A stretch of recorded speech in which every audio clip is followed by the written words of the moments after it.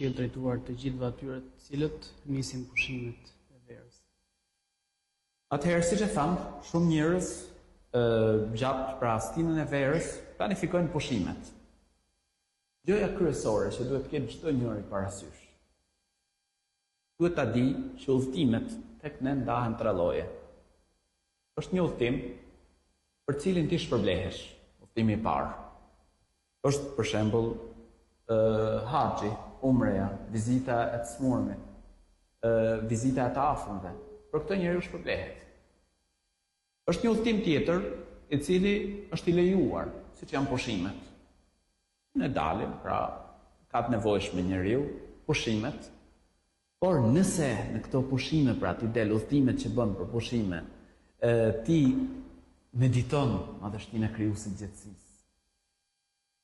I bën këto pushime në mënyrë që të qetësohesh dhe të forcohesh për Zotin e gjithësisë.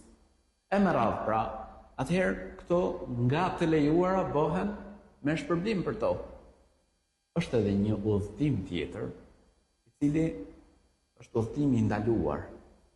Ka udhëtimin që disa njerëz për shembull ai e bën plan, qysh kur niset që do shkojnë për shembull për haram.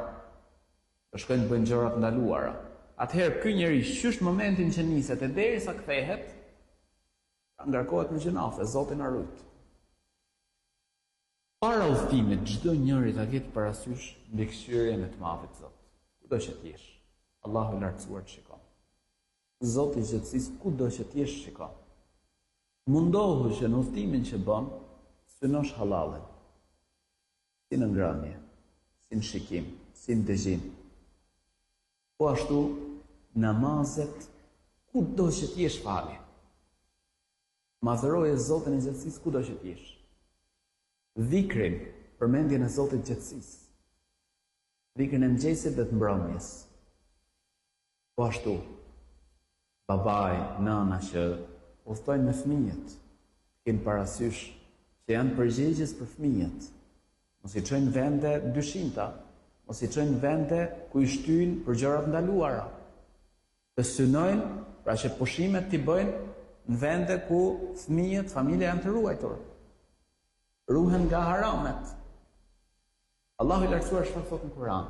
Ja ayyuhalladhina amanu qu anfusakum wa ahlikum nara. O ju që keni besuar, ruajeni vetët dhe familjet tuaja për zjarrit. Lënda djegëse të cilët janë burrët dhe njerëzit. Zoti na ruaj. Dhe këshilla e fundit është që kudo që të jesh, trego etikën, moralin e muslimanit. Mos vidh, mos mashtro, mos gënje, mos e tepro, mos shpërdoro. Ti parasysh moralet që na mëson feja jonë.